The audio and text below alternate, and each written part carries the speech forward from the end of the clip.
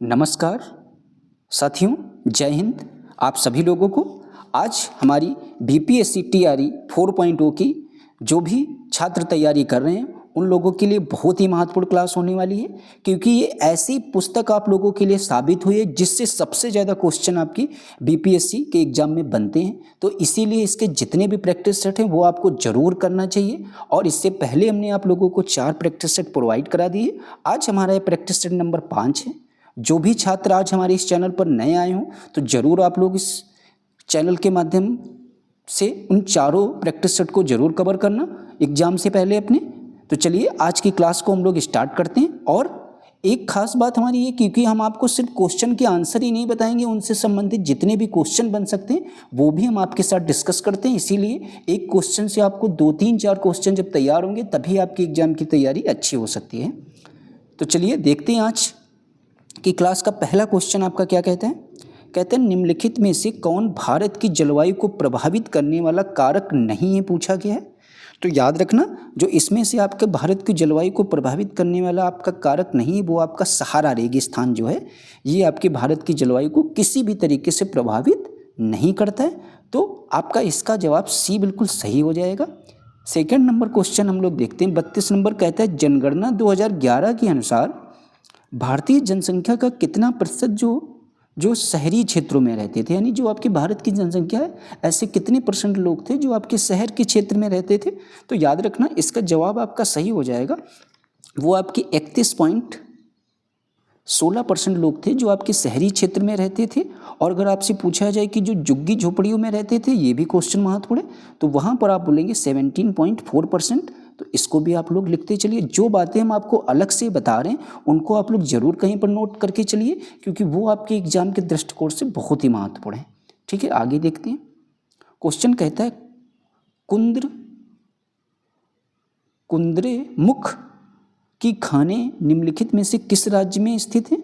तो याद रखना, जो आपकी कुंद्रेमुख की खानें हैं ये आपके कर्नाटक राज्य में स्थित है। जब आप इसको रिलेट करेंगे कुंद्रेमुख यानी कर्नाटक, तो आपको आसानी से याद हो जाएगा। ठीक है, ये जो है आपकी किस चीज़ की खदान है, तो ये भी याद रखना, जो आपकी कुंद्रेमुख खदान है दुनिया की सबसे बड़ी लो अयस्क की खदानों में से एक है। दुनिया की बात कर रहा है, ठीक है, भारत की बात नहीं कर रहा है। आगे हम लोग देखते हैं क्वेश्चन। और आप लोग अब क्वेश्चन नंबर हम लोग देखते हैं 34 क्या कहते हैं। और एक बात याद रखना यहाँ पर इसी क्वेश्चन के माध्यम से ये याद रखना, भारत में लौह अयस्क के कुल आरक्षित भंडारों का लगभग 95% भंडारण जो है ये आपके इन राज्यों में से होता है। उड़ीसा, झारखंड, छत्तीसगढ़, कर्नाटक, गोवा, आंध्र प्रदेश, तमिलनाडु, यहीं से आपके 95% लोहे का निर्माण होता है। ठीक है, आगे देखते हैं। क्वेश्चन कहता है भारत में पहली जूट मिल कहाँ स्थापित की गई। तो जो भारत में पहली जूट मिल है ये आपके रिसरा में स्थापित की गई। ठीक है, कहाँ पर, रिसरा में आपकी पहली जूट मिल स्थापित की गई।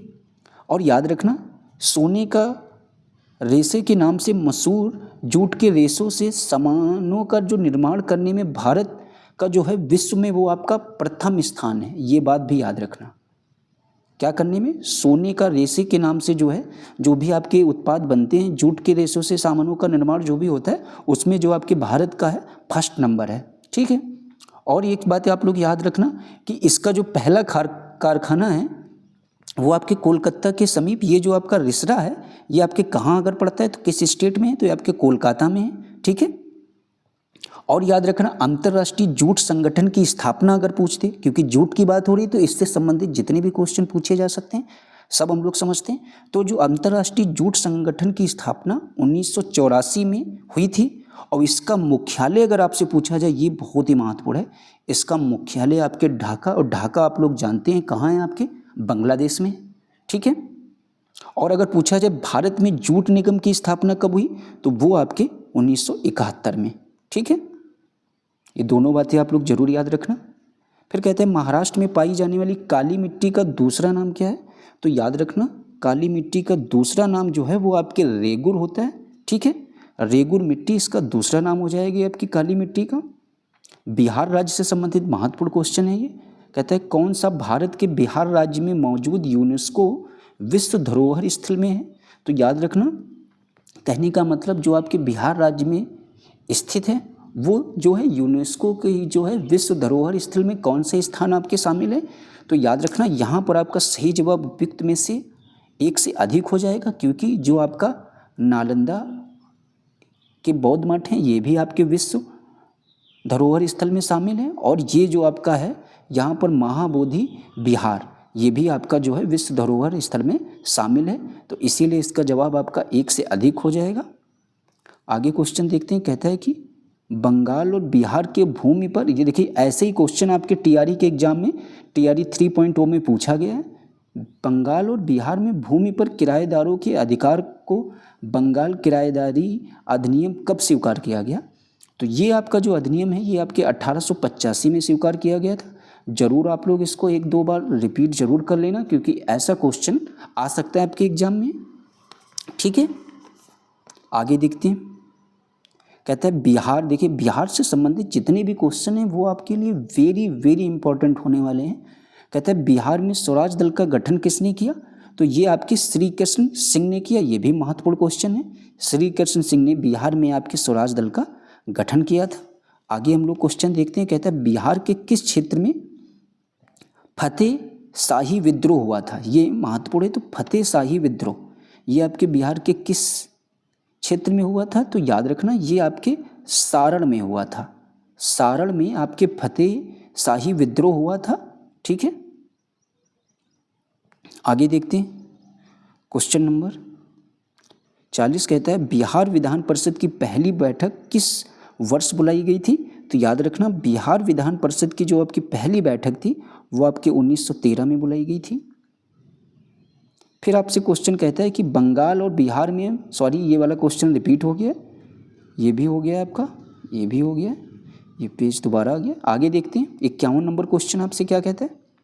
कहता है कि रॉलेट एक्ट का भारतीय राष्ट्रीय कांग्रेस ने विरोध किया क्योंकि इसका लक्ष्य था, इसका लक्ष्य क्या था। इसका लक्ष्य आपका ये था कि वैयक्तिक स्वतंत्रता को सीमित करना, इसीलिए जो है भारतीय राष्ट्रीय कांग्रेस ने विरोध किया इसका, किसका, आपके रॉलेट एक्ट का। तो आपका 51 का सही जवाब आपका ये बिल्कुल सही हो जाएगा। और रॉलेट एक्ट से संबंधित आपका एक क्वेश्चन 100% आपके एग्जाम में आना है, तो आप लोग इसकी डेट जरूर याद रखना। आपका जो रॉलेट एक्ट है ये आपके 1919 मार्च में लागू किया गया था। ठीक है, और इसका जो है रॉलेट एक्ट के विरुद्ध में गांधी जी ने क्या किया था, 6 अप्रैल 1919 को राष्ट्रव्यापी हड़ताल का भी आयोजन किया था।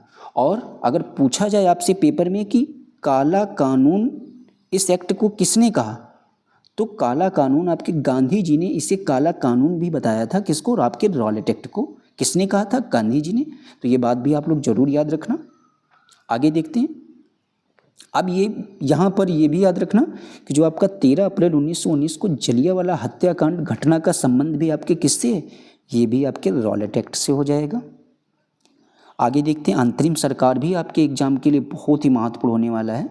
कहता है कि अंतरिम सरकार के संदर्भ में निम्नलिखित कथनों पर गौर करें। तो यहाँ पर कहता है अंतरिम सरकार वास्तव में वायसराय की कार्यकारिणी परिषद थी जिसका अध्यक्ष वायसराय था, ऐसा बिल्कुल नहीं है। प्रधानमंत्री जवाहरलाल नेहरू उपयुक्त कार्यकारिणी परिषद के उपाध्यक्ष थे, ये भी बात आपकी गलत है।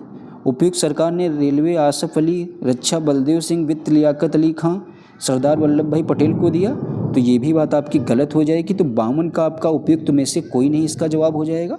और याद रखना अंतरिम सरकार का गठन आप लोग जरूर, इसकी डेट आप लोग लिखकर जरूर बताना।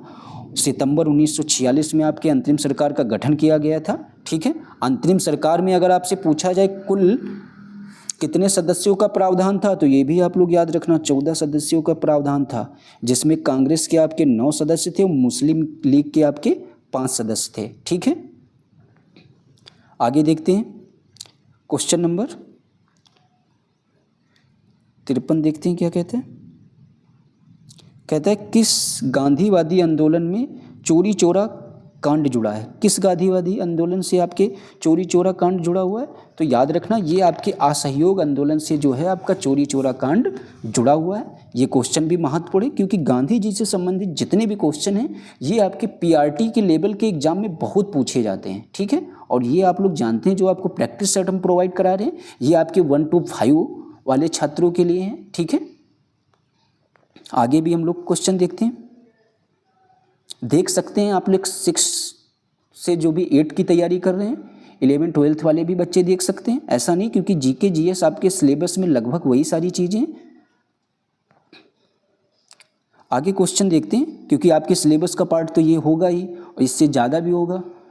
आगे क्वेश्चन आपका कहता है कि हड़प्पा नीति का सर्जक कौन था। तो याद रखना, जो आपकी हड़प्पा नीति थी इसका सर्जक आपके लॉर्ड डलहौजी था। ठीक है, आगे देखते हैं, कहता है मंगोलायट प्रजाति की प्रमुख विशेषता निम्नलिखित में से कौन सी है जो उसे दूसरी अन्य प्रजातियों से अलग करती है। तो याद रखना, इनकी जो प्रमुख विशेषता होती है इन लोगों की, वो आपकी क्या होती है अगर पूछा जाए तो मुड़ी हुई इनकी तिरछी आंखें होती हैं। ये इनकी प्रमुख विशेषता होती है किसकी, मंगोलायट प्रजाति की। क्या होती है, मुड़ी हुई तिरछी आंखें। आगे क्वेश्चन देखते हैं क्या कहते हैं, और यहाँ पर इस प्रजाति से संबंधित कुछ बातें जरूर देख लीजिए।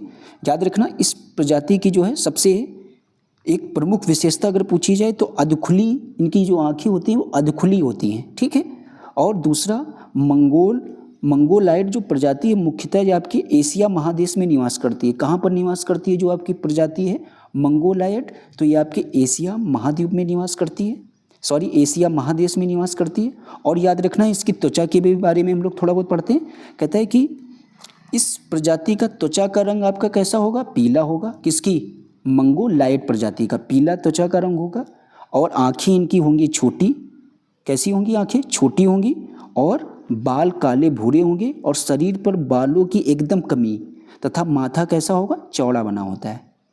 तो आप जब इतनी जानकारी इसके बारे में पढ़ लेंगे मंगोलायट प्रजाति के बारे में, तो आपका कोई भी क्वेश्चन गलत नहीं होगा। जितनी ज़्यादा किसी क्वेश्चन के बारे में आपको जानकारी होगी उतने ही उस क्वेश्चन के चांस बहुत ही कम हो जाते हैं गलत होने के आपके एग्जाम में। कहता है गैर कानूनी गतिविधियाँ अधिनियम जो आतंकवादी गतिविधियों में शामिल व्यक्तियों और संघों की कुछ गैर कानूनी गतिविधियों के लिए अधिक प्रभावी रोकथाम का प्रावधान करते हैं को भारत पहली बार किस वर्ष लागू किया गया था। तो याद रखना, ये आपके पहली बार 1967 में लागू किया गया था। आगे क्वेश्चन देखते हैं, जहाँ पर एक्सप्लेन करने की ज़रूरत होगी वहीं पर एक्सप्लेन करेंगे, बाकी क्वेश्चन के सिर्फ आपको आंसर बताते चलेंगे। कहता है भारतीय संविधान में विधि के समक्ष समता की अवधारणा, इंपॉर्टेंट क्वेश्चन है, इसको आप लोग जरूर टिक लगा लेना। विधि के समक्ष समता की बात कर रहा है, इसकी अवधारणा कनाडा, ब्रिटेन, अमेरिका कहाँ से ली गई है। तो इसकी अवधारणा जो है आपके ब्रिटेन से ली गई, विधि के समक्ष समता यानी ब्रिटेन। ठीक है, जरूर आप लोग इसको याद रखना। और जो आपके विधि के समक्ष समता का उल्लेख अगर पूछा जाए किस आर्टिकल में किया गया, मोस्ट इंपॉर्टेंट ये भी क्वेश्चन है। क्या पूछा जाए, विधि के समक्ष समता का उल्लेख किस आर्टिकल में किया गया है, तो आप लोग आर्टिकल का नाम जरूर लिख लेना। आर्टिकल नंबर 14 में इसका उल्लेख किया गया है। ठीक है, आगे देखते हैं। और याद रखना, राष्ट्रपति के जो निर्वाचन की संबंधी प्रक्रिया है ये आपके आयरलैंड के संविधान से ली गई, ये भी क्वेश्चन महत्वपूर्ण है। कनाडा से अगर आपसे पूछा जाए क्या लिया गया है, कनाडा क्योंकि यहाँ पर आया है, तो कनाडा से आपकी जो राज्यपाल की नियुक्ति की प्रक्रिया ये आपकी कनाडा से ली गई। देखिए क्वेश्चन, एक क्वेश्चन से जब आप 2-3 आंसर बनाएं और 2-3 क्वेश्चन बनाएं तब तो बात है तैयारी करने की। ठीक है, तो यहाँ पर समझ के कनाडा मतलब राज्यपाल की नियुक्ति की प्रक्रिया ली गई है। और हमने ब्रिटेन बताया, विधि के समक्ष समता की बात की गई है। ठीक है, आगे देखते हैं क्वेश्चन नंबर। कहता है भारतीय संविधान में समवर्ती सूची का विचार कहाँ से लिया गया है। तो समवर्ती सूची का विचार, समवर्ती मतलब ऑस्ट्रेलिया, समवर्ती सूची का विचार ऑस्ट्रेलिया से लिया। देखिए चीज़ों को रिपीट इसलिए कर रहे हैं, चीज़ें आपको, हमारी कोशिश ये रहती क्लास में ही याद हो जाए, आपको अलग से ना पढ़ना पड़े।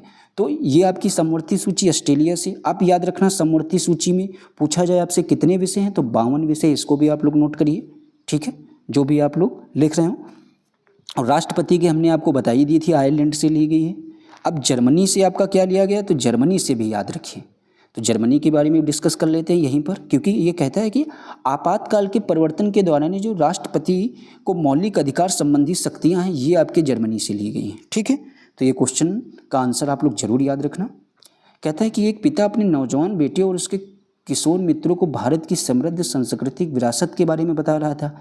पिता किस अनुच्छेद में मौलिक कर्तव्य का प्रचार कर रहे थे? तो याद रखना ऐसा आपका आर्टिकल जो है अनुच्छेद 51A(F) कहता है।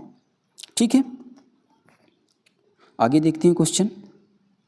कहता है कि भारतीय संदर्भ में राज्यों के संघ के अर्थ के संबंध में निम्नलिखित में से कौन सा एक कथन गलत है? गलत पूछा गया है, तो कौन सा कथन आपका गलत हो जाएगा? क्या कहते हैं कि भारतीय संघ इसमें शामिल होने के लिए संप्रभु इकाइयों द्वारा एक समझौते का परिणाम था? जी बिल्कुल नहीं। विभिन्न सूचियों के माध्यम से केंद्र और राज्यों की शक्ति की गणना करता है, ये भी बात सही है। फिर कहता है संघ समझौते का परिणाम न होने के कारण किसी भी राज्य को इससे अलग होने का अधिकार नहीं है, ये भी बात सही है। तो गलत आपका पहले ही ऑप्शन ए बिल्कुल गलत हो जाएगा, तो इसका जवाब आपका फर्स्ट वाला ही हो जाएगा। आगे देखते हैं, ये इंपॉर्टेंट क्वेश्चन है। कहता है विश्व खुशहाली रिपोर्ट 2024 में कौन सा देश आपका शीर्ष पर था? तो याद रखना विश्व खुशहाली रिपोर्ट के बारे में बात हो रही है, तो इसमें जो आपका देश था प्रथम नंबर पर, वो आपका कौन सा था देश? तो वो आपका फिनलैंड। फिनलैंड जो देश है ये आपकी विश्व खुशहाली की रिपोर्ट में शीर्ष स्थान पर था। आगे देखते हैं, कहता है कि हाल ही में प्रज्वला चैलेंज किस केंद्रीय मंत्रालय ने लॉन्च किया है? तो याद रखना ये आपके किस केंद्रीय मंत्रालय ने लॉन्च किया था? तो ये आपके ग्रामीण विकास मंत्रालय, यानी इसका जवाब आपका फर्स्ट वाला ही सही हो जाएगा। नेपथिंस क्या है? तो नेपेथिंस जो है ये आपके सीटेट के एग्जाम में भी पूछा जाता है। तो नेपेथिंस जो है ये आपके प्राथमिक उपभोक्ता होते हैं, ये उपभोक्ता होते हैं या आप घटक होते हैं। तो नेपेथिंस जो होते हैं ये आपके जो है क्या होते हैं? ये आपके उपयुक्त में से एक से अधिक हो जाएगा। अब ये होते क्या हैं? तो ये आपके प्राथमिक उपभोक्ता भी होते हैं और ये आपके उत्पादक भी होते हैं, उत्पादक ऑप्शन में नहीं है। और दूसरा ये आपके उपभोक्ता अपघटक नहीं होते हैं, तो इसीलिए इसका जवाब उपयुक्त में से एक से अधिक। अब आपके सम्मिलित करने वाला एक क्वेश्चन 100% आना है पेपर में। आगे देखते हैं, क्वेश्चन कहता है अनाज की धूल को हम लोगों को मिलान करना है। तो अनाज की धूल, इसका मिलान आपका हो जाएगा कृषक, फुफ्फुस। ठीक है, तम्बाकू की धूल, इसको क्या कहते हैं? रोग का नाम है। धूल के प्रकार तम्बाकू की धूल से रोग कौन सा होगा, ये पूछा गया। तो तम्बाकू की धूल से जो है आपका तंबाकू, टी से शुरू हो रहा है, तो टोबेकोसिस। ठीक है, इसको आप रिलेट कर लेना, तम्बाकू की धूल टोबेकोसिस। कपास की धूल, इसका मतलब आपका क्या हो जाएगा? बायोसिनोसिस। कपास की धूल मतलब बायोसिनेसिस, और गन्ने की धूल मतलब बोगी में गन्ना को लाते हैं किसान लोग, इससे याद रखना। तो बेगासोसिस, ये आपके गन्ने की धूल और इससे रोग का नाम। ठीक है, तो इसी तरीके से आप इसके मिलान देख लेना। इसका जवाब आपका जो है वो आपका बी बिल्कुल सही हो जाएगा। आगे क्वेश्चन कहता है ब्लू बेबी सिंड्रोम निम्नलिखित में से किसके कारण होता है? तो ये आपका जो है किस कारण होता है अगर एग्जाम में पूछा जाता है, तो ये जो है आपके मीथोमोग्लोबिन के कारण होता है आपका क्या? Blue baby syndrome. ठीक है,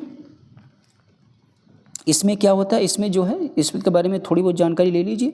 इसमें बच्चे की त्वचा का रंग आपका क्या हो जाएगा? नीला हो जाता है। ठीक है, और फिर क्या होगा? इसमें जो है रक्त में ऑक्सीजन का प्रवाह भी प्रभावित हो जाता है। ब्लू बेबी सिंड्रोम जो है ये आपके नाइट्रेट के कारण होता है। किसके कारण? नाइट्रेट के कारण। किसके कारण होगा ब्लू बेबी सिंड्रोम? नाइट्रेट के कारण। इसको आप लोग जरूर नोट करते चलिए। ठीक है, आगे क्वेश्चन देखते हैं हम लोग हैं। कहता है कि निम्न में से किस समूह में जीवों को डूबने से हुई मृत्यु का पता लगाने का महत्व है? तो ये आपके डाइटम जो है, कोई भी जीव अगर डूब गया है उसकी मृत्यु का पता लगाने के लिए किसका प्रयोग करते हैं? डाइटम। ठीक है, डाइटम किस समूह का है? तो ये आपके शैवाल समूह का है, ये भी याद रखना। किस समूह का है डाइटम? शैवाल समूह का है। शैवाल पृथ्वी पर 20 से 50% आपके क्या करते हैं? किसका उत्पादन करते हैं? आपके ऑक्सीजन का उत्पादन करते हैं। कौन? शैवाल। कहाँ पर? पृथ्वी पर। ठीक है, तो ये चीज़ें आप समझ गए हैं कि जो जब डूबने से किसी की मृत्यु होती है तो उसके जो है डाइटम के युक्त जो अवशेष शरीर के अंदर उपस्थित रहते हैं, जिससे आपके मृत्यु के कारण का पता चल जाता है। और लाइकेन के बारे में बात हुई तो इसके बारे में भी बात कर लेते हैं क्योंकि महत्वपूर्ण है। लाइकेन हमारा जो है वायु प्रदूषण का पता लगाने के काम आता है। अगर आपसे एग्जाम में पूछा जाए कि वायु प्रदूषण का पता किससे लगाते हैं, तो आप लोग बोलेंगे लाइकेन से। ठीक है, समझ गए होंगे आप लोग। लाइकेन समानता जो है SO2 के प्रदूषण के बारे में भी बताता है। किसके बारे में? SO2 यानी सल्फर डाइऑक्साइड। आगे क्वेश्चन कहता है किस समूह में जीवों को डूबने से हुई मृत्यु का, सॉरी सेम क्वेश्चन रिपीट हो गया है।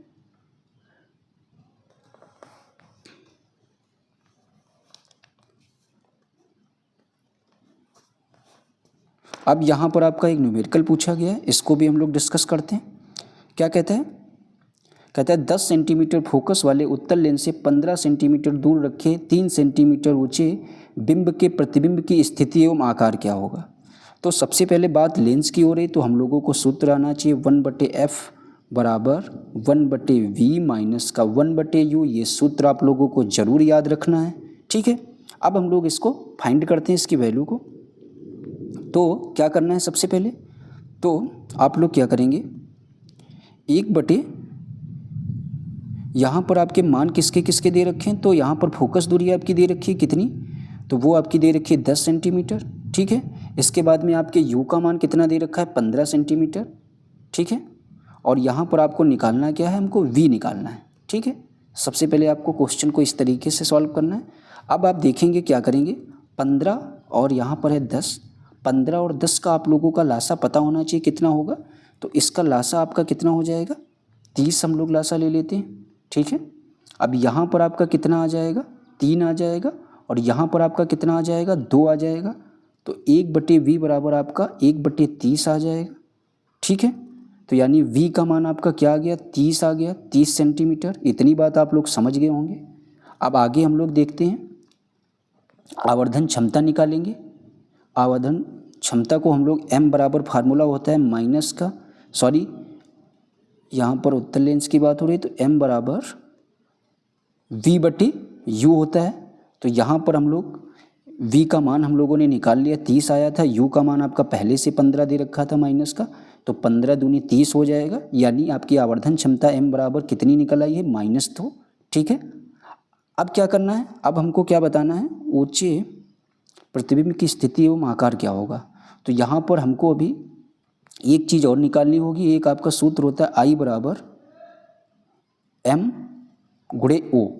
ठीक है, तो m का मान आपके -2 है, और o का मान जो है आपका क्या हो जाएगा, जो यहाँ पर ये क्या कह रहा है 3 सेंटीमीटर ऊंचे बिंब, तो यही इसका मान हो जाएगा। तो इस तरीके से I का मान आपका क्या आ जाएगा, -6 सेंटीमीटर आ जाएगा। ठीक है, इतनी सारी चीज़ें इस सवाल में निकालनी थी।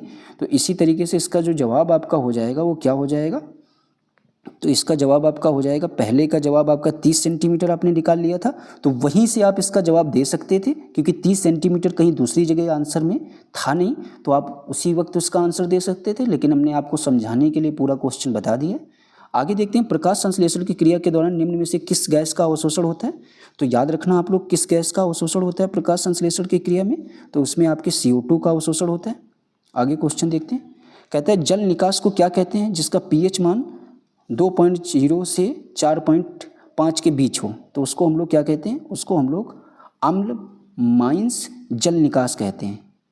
जिसका मान 2.0 से लेकर 4.5 के बीच हो, उसको हम लोग अम्ल माइंस जल निकास कहते हैं। ये भी महत्वपूर्ण क्वेश्चन है। आगे देखते हैं, कहता है किसी दर्पण के x आवर्धन 1 से अधिक है तो x को पहचानें। तो किस तरीके से पहचानेंगे हम लोग, तो इसका जो जवाब आपका 84 का हो जाएगा, ये आपका अवतल दर्पण हो जाएगा। अवतल दर्पण के द्वारा हम लोग इसकी पहचान करेंगे।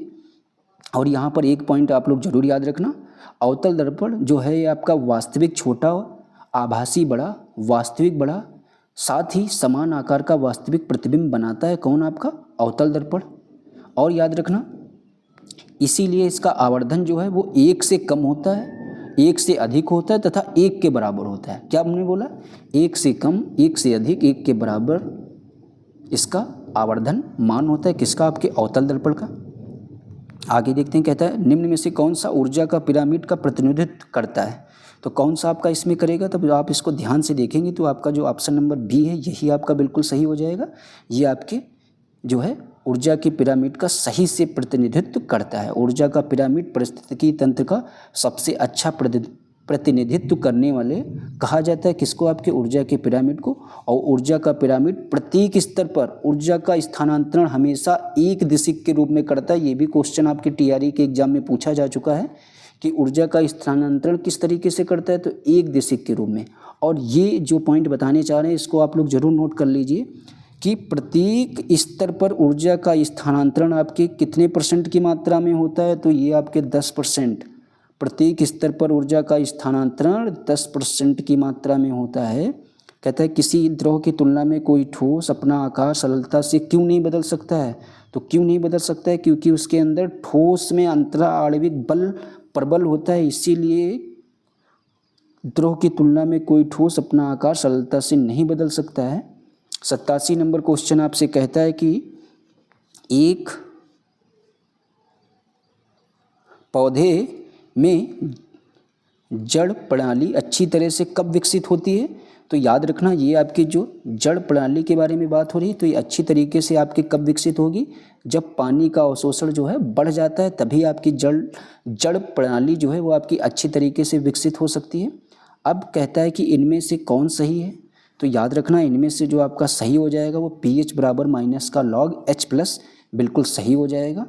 आगे कहता है सूत्र विभाजन की सबसे लंबी अवस्था कौन सी होगी इनमें से, प्रोफेज, मेटाफेज या एनाफेज। तो याद रखना सूत्र विभाजन की सबसे लंबी श्रृंखला के बारे में बात करें तो ये आपका प्रोफेज जो है ये सूत्र विभाजन की सबसे लंबी श्रृंखला है। कौन सा जाइलम का प्रकार नहीं है, तो ये भी महत्वपूर्ण है। जो आपका सिव ट्यूब होता है ये आपके जाइलम का प्रकार नहीं, बाकी सब जाइलम के प्रकार हैं। आगे क्वेश्चन कहता है किस बादशाह के अंतर्गत मुगल सेना में सर्वाधिक हिंदू सेनापति थे, तो ये आपके औरंगजेब के समय।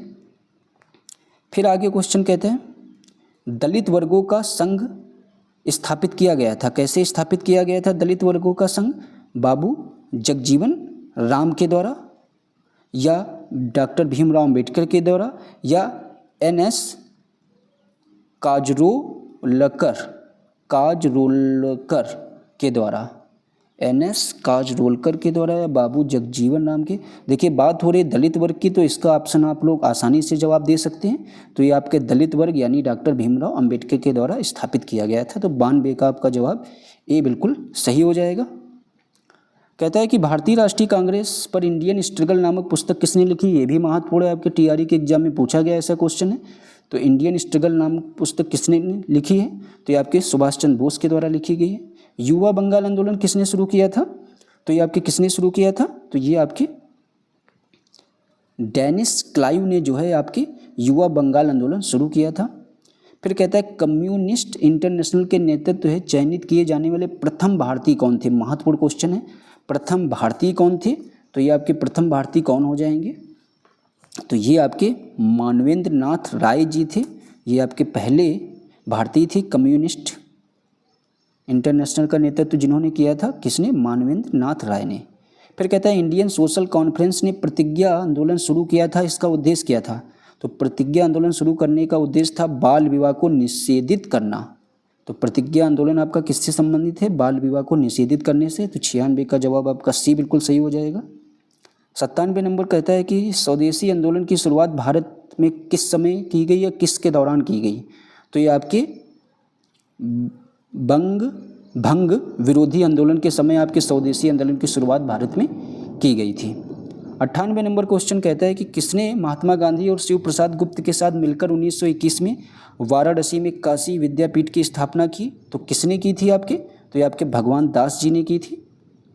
पाकिस्तान की मांग किस वर्ष में मुस्लिम लीग के लाहौर अधिवेशन में की गई थी, तो याद रखना इसका जवाब आप लोग 1940 में की गई थी। ठीक है,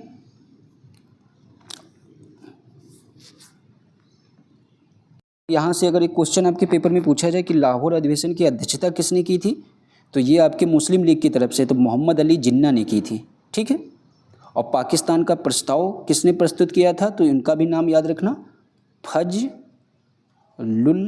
हक ने जो है इस प्रस्ताव को प्रस्तुत किया था। और पूछा जाए कि पाकिस्तान शब्द का सर्वप्रथम कैम्ब्रिज विश्वविद्यालय के छात्र चौधरी रहमत अली ने वर्ष 1933 में गढ़ा था। यानी पाकिस्तान जो शब्द है सबसे पहले किसने गढ़ा था अगर पूछा जाता है एग्जाम में, तो चौधरी रहमत अली। आप लोग इनका नाम जरूर लिख लेना। और कब? 1933 में। आगे क्वेश्चन देखते हैं क्या कहता है। 100 number, Khalistan east India company द्वारा भारतीय शासकों को अपनी स्वतंत्र शस्त्र सेनाएं रखने की अनुमति नहीं दी गई थी। तो याद रखना ये आपकी सहायक संधि प्रणाली में ऐसा हुआ था। फिर कहता है कि स्वतंत्र भारत को संविधान बिना किसी बाहरी हस्तक्षेप के ऐसे संविधान सभा द्वारा बनाया जाना चाहिए जो वयस्क मताधिकार के आधार पर चुना गया हो। इस बयान को किसने दिया था? तो ये आपके जवाहरलाल नेहरू के द्वारा बयान दिया गया था। ऐसे कथन आप लोग जरूर याद रखना।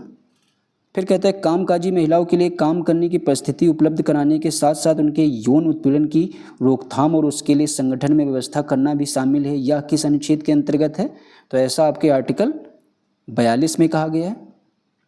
आगे कहता है यदि संसद किसी साधारण विधेयक को राष्ट्रपति के पास भेजती है तो संविधान के अनुसार राष्ट्रपति क्या कर सकते हैं उस पर है? तो संविधान के हिसाब से आपके राष्ट्रपति जो है पुनर्विचार के लिए वापस भेज सकते हैं। इतने ही कर सकते हैं सिर्फ आपके राष्ट्रपति। 104 नंबर क्वेश्चन आपका कहता है कि भारत के राष्ट्रपति का चुनाव संबंध निम्नलिखित में से कौन सा कथन सही है? देखते हैं कौन कौन से सही हैं आपके कथन। तो सबसे पहले कहता है कि यदि किसी राज्य में विधानसभा को भंग कर दिया गया हो तो यहाँ चुनाव नहीं हो सकते। ऐसा तो नहीं है। सर्वोच्च न्यायालय इस चुनाव में किसी भी प्रकार का हस्तक्षेप नहीं कर सकता है। जी बिल्कुल कर सकता है। भारतीय संविधान के अनुसार 55 में राष्ट्रपति के चुनाव की रीति की प्रक्रिया है। ये बात आपकी बिल्कुल सही है। तो इसीलिए इसका जवाब सी बिल्कुल सही हो जाएगा। दोनों गलत हो जाएंगे। कहता है कि किस विधेयक पर विचार विमर्श के लिए राष्ट्रपति ने पहली बार लोकसभा एवं राज्यसभा की संयुक्त बैठक बुलाई? तो ये आपकी किसकी संयुक्त बैठक बुलाई थी? दहेज निषेध विधेयक 1961 में बुलाई थी संयुक्त बैठक। आपके किसने? राष्ट्रपति ने पहली बार लोकसभा एवं राज्यसभा की संयुक्त बैठक किसके लिए बुलाई थी? दहेज निषेध विधेयक 1961। तो 105 का जवाब बी बिल्कुल सही हो जाएगा। बैरन द्वीप खालिस्तान कहाँ स्थित है? तो बैरन द्वीप जो है ये आपके अंडमान सागर में स्थित है। इंपॉर्टेंट है। बैरन द्वीप अंडमान सागर में स्थित है आपका। ठीक है, आगे देखते हैं क्वेश्चन क्या कहते हैं। किस फसल को उत्तम अनाज में वर्गीकृत किया गया है? तो किस फसल को आपको उत्तम अनाज में वर्गीकृत किया गया है? तो याद रखना है इसका जवाब आपके गेहूं को जो है उत्तम अनाज की फसल के रूप में वर्गीकृत किया गया है। हिमालय में गिरिपथ पर पाया जाने वाला वन कौन सा है? तो याद रखना गिरिपथ पर पाया जाने वाला वन जो है ये आपका कौन सा हो जाएगा? तो ये आपका पर्णपाती वन हो जाएगा। फिर आगे कहता है कौन सा प्राचीन आदि महाद्वीप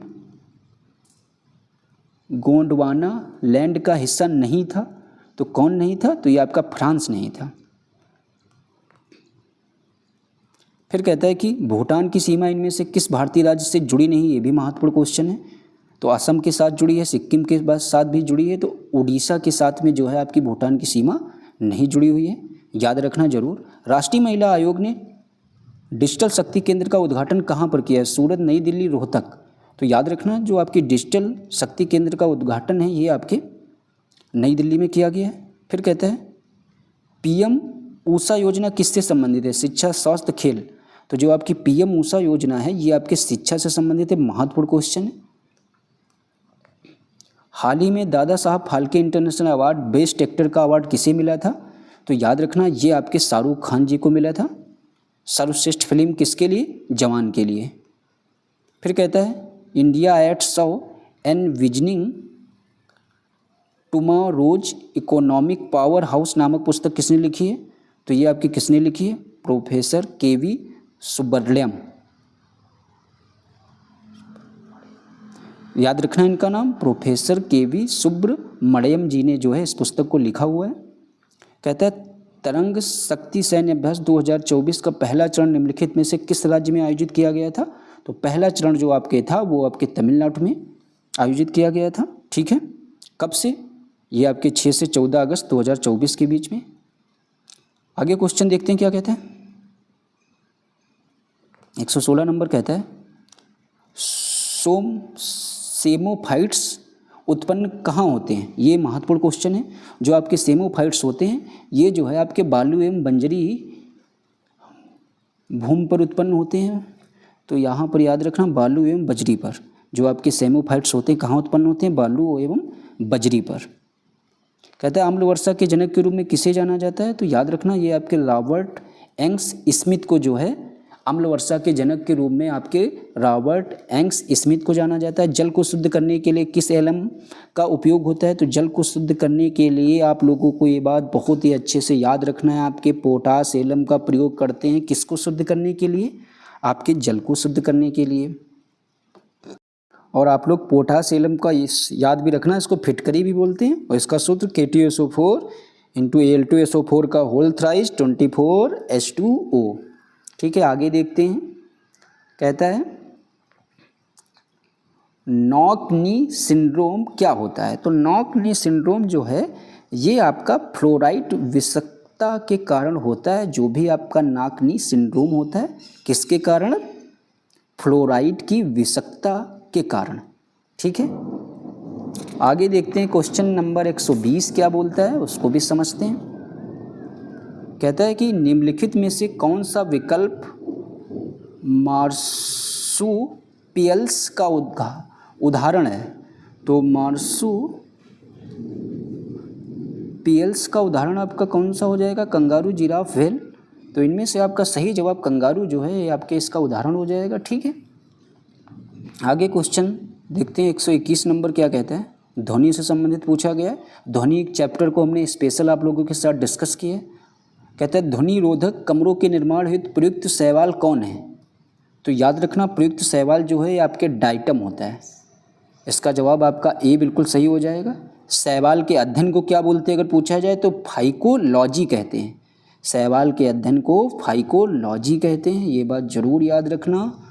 दूरदृष्टि के निवारण में याद रखना, जब कभी भी बात हो दूरदृष्टि की, दूर चीज़ जब दूर है और निकट, इनको हम बता रहे हैं कैसे याद रखना है।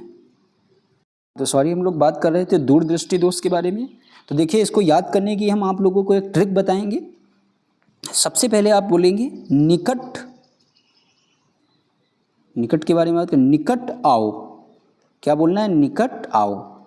तो निकट आओ मतलब अवतल लेंस, और जब एक ही लेंस बचा है दूर का मतलब उत्तल लेंस, तो आप कभी भी भूलेंगे नहीं। तो 122 का इस तरीके से जो सही जवाब हो जाएगा वो आपका उत्तल लेंस हो जाएगा। ठीक है, क्योंकि बात थोड़ी निकट होता तो ये आपका निकट आओ मतलब अवतल लेंस होता। तो इसका जवाब आपका 122 का बी बिल्कुल सही हो जाएगा। आप लोग अच्छे से समझ गए होंगे, इस ट्रिक को याद रखना। निकट आओ मतलब अवतल लेंस, दूर जाओ तो उत्तल लेंस। कहता है कोई वस्तु यदि स्थिर है या निश्चित वेग से एक सीधी रेखा पर गति कर रही है, तो यदि उस पर कोई बाह्य बल नहीं लगाया जाए तो वह अपनी प्रारंभिक अवस्था में ही बनी रहती। यह कथन किस सिद्धांत पर कार्य करता है, तो ऐसा कथन आपके न्यूटन के गति के प्रथम नियम के सिद्धांत पर कार्य करता है कि जब तक कि उस पर कोई बाह्य बल न लगाया जाए तब तक कि वो स्थिति जिस अवस्था में थी वैसे ही रहेगी। कहता है बड़ी और चौड़ी पट्टियों वाले कंधे से लटकाने वाले बैग को उठाकर ले जाना अधिक आसान क्यों होता है, इसके पीछे का भी कोई ना कोई रीजन जरूर होता है, तो उसको आप लोग बहुत ही ध्यान से सुनिए। तो जो है ये क्या कहता है कि बैग द्वारा लगाए जाने वाला बल बढ़ जाता है, जी बिल्कुल नहीं, जब बढ़ जाएगा तो आसान क्यों होगा। फिर कहता है बैग द्वारा लगाए जाने वाला दाब बढ़ जाता है, जी बिल्कुल नहीं। फिर कहता है बैग द्वारा लगाया जाने वाला दाब घट जाता है, तभी तो आपको आसानी होती है। तो 124 का राइट जवाब सी बिल्कुल सही हो जाएगा। आगे देखते हैं क्वेश्चन नंबर, ये तो सेम क्वेश्चन रिपीट हो गया है। हाँ, ये क्वेश्चन देखते हैं 125 नंबर, महत्वपूर्ण है। कौन सा कमरे के ताप पर अभिलाक्षणिक गंधयुक्त हरे पीले रंग की गैस के रूप में होता है, तो कौन आपका होता है, carbon monoxide, hydrogen sulphide, sorry यहाँ पर क्लोरीन आपका सही जवाब हो जाएगा। जो आपका अभिलाक्षणिक गंधयुक्त हरे पीले रंग के गैस के रूप में होता है कौन, क्लोरीन। कहता है कैडमियम की गलनीय मिश्र धातु कौन सी इनमें से, तो कैडमियम की गलनीय मिश्र धातु जो है वो आपकी क्या हो जाएगी, वो आपकी काष्ठ धातु हो जाएगी। जो आपके कैडमियम की गलनीय मिश्र धातु कौन सी है, काष्ठ धातु। प्लास्टिक की वह किस्म कौन सी है जिसका प्रयोग कॉन्टैक्ट लेंस के निर्माण में किया जाता है, तो वो आपकी कौन सी है, ल्यूसाइट। ल्यूसाइट का प्रयोग हम लोग कॉन्टैक्ट लेंस के निर्माण में करते हैं। आगे क्वेश्चन कहता है कौन सा जीव मोलस्क परिवार से संबंधित है। तो मोलस्क परिवार से काकरोच, केचुआ, घोंघा कौन सा जीव संबंधित हो जाएगा। तो ये आपका घोंघा जो है ये आपके जीव मोलस्क परिवार से संबंधित है। फिर कहता है किस हार्मोन द्वारा हृदय स्पंदन तथा रुधिर दाब बढ़ जाता है। इंपॉर्टेंट क्वेश्चन है। तो ऐसा कौन सा हार्मोन है जिसके द्वारा हृदय स्पंदन तथा रुधिर दाब आपका बढ़ जाएगा। तो ये आपका जवाब इसका हो जाएगा एड्रिनल। एड्रिनल हार्मोन होता है जिस वजह से स्पंदन और रुधिर दाब बढ़ जाता है। आगे क्वेश्चन देखते हैं क्या कहता है। धमनियाँ रक्त का वहन करती हैं जो किससे भरी होती हैं। तो ये आपकी जो है ऑक्सीजन से भरी होती हैं।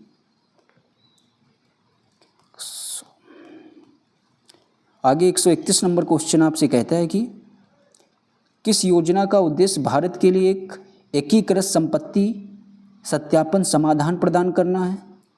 तो किस योजना का उद्देश्य है। तो 131 का जवाब आपका हो जाएगा स्वामित्व योजना का उद्देश्य क्या है, एकीकृत संपत्ति सत्यापन समाधान प्रदान करना किसका उद्देश्य है, ये आपके स्वामित्व योजना का। ठीक है, अब इसका हम लोग फुल फॉर्म भी समझ लेते हैं। क्या कहता है, सर्वे, एस का मतलब सर्वे, ऑफ, वी का मतलब विलेजेस, विलेज जो आपके गांव होते हैं, और ए का मतलब एंड, एम का मतलब आपका मैपिंग हो जाएगा, विद, आई का मतलब सेफ, और टी का मतलब टेक्नोलॉजी, इन रूरल एरियाज। तो आप लोग समझ गए होंगे कि एस का मतलब पूरा फुल फॉर्म एक बार फिर से सुनिए, survey of village and mapping with safe technology in rural areas. ठीक है, तो इसका जवाब आपका 131 का बी हो जाएगा। फिर कहता है 20 सूत्री कार्यक्रम किस वर्ष किया गया था। तो जो आपका 20 सूत्री कार्यक्रम था ये आपके 1975 में किया गया था। फिर क्वेश्चन कहता है किस राज्य में मानसून के निवर्तन के दौरान वर्षा होती है। तो याद रखना ये आपके तमिलनाडु ऐसा राज्य है जहाँ पर निवर्तन के दौरान आपके वर्षा होती है। ठीक है, फिर कहता है कि कौन सा सरकार के लिए कुल ऋण का सबसे सही अनुमान है, मुद्रा की पूर्ति या राजस्व प्राप्तियां या राजकोषीय घाटा। तो इसके लिए जो सही अनुमान है तो वो आपका राजकोषीय घाटा से हो जाएगा। ठीक है, आगे क्वेश्चन 135 कहता है कि सरकारी बजट आगामी वित्तीय वर्ष के लिए सरकारी प्राप्तियों और सरकारी व्यय के अनुमानों का विवरण है। भारत में वित्तीय वर्ष की अवधि क्या होती है, ये महत्वपूर्ण है। वित्तीय वर्ष की जो आपकी भारत में अवधि होती है वो आपकी 1 अप्रैल से 31 मार्च के बीच में होती है। ठीक है, ये जो आपका प्रैक्टिस सेट नंबर 5 था रुक्मणी प्रकाशन बुक का, उसको आज हम लोगों ने बहुत ही बेहतरीन ढंग से हमने आप लोगों के साथ डिस्कस किया है, और हमने साथ में उन चीज़ों को भी डिस्कस किया है जो आपके एग्ज़ाम के दृष्टिकोण से बीपीएससी टीआरई 4.0 के लिए महत्वपूर्ण है। उन सारे पॉइंटों को हमने डिस्कस किया है। इसी तरीके से आपको रेगुलर प्रैक्टिस सेट हम आपको प्रोवाइड कराते रहें, इनको आप लोग ज़रूर प्रैक्टिस करते रहें।